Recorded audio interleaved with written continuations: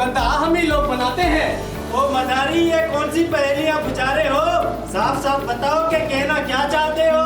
तो मेरे कहने का मतलब ये है कि अगर हम इस कचरे का सही इंतजाम करें तो हम इस बीमारियों से बच सकते हैं और हमारा माहौल साफ रह सकता है और हम ताज़ा सांस ले सकते हैं और गटर और गंदे पानी की निकासी भी बेहतर हो सकती है।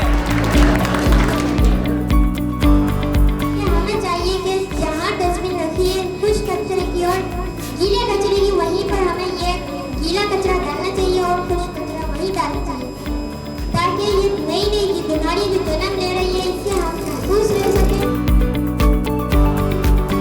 ईयर फंड हमारे साथ काम कर रहा है, हम उनको फैसिलिटेट कर रहे हैं। ईयर फंड बहुत अच्छा काम कर रही है और ये गीला कचरा और खुश कचरा जो उनकी गाड़ियाँ आती हैं हम प्रॉपर नमूने से वहाँ पे जमा कराएं तो ये आगे रिसाइकिल होकर बहुत अच्छी चीज़ें बना रहे हैं, जैसे खाद बना रहे हैं, प्लास्टिक की चीज़ें बना रहे हैं।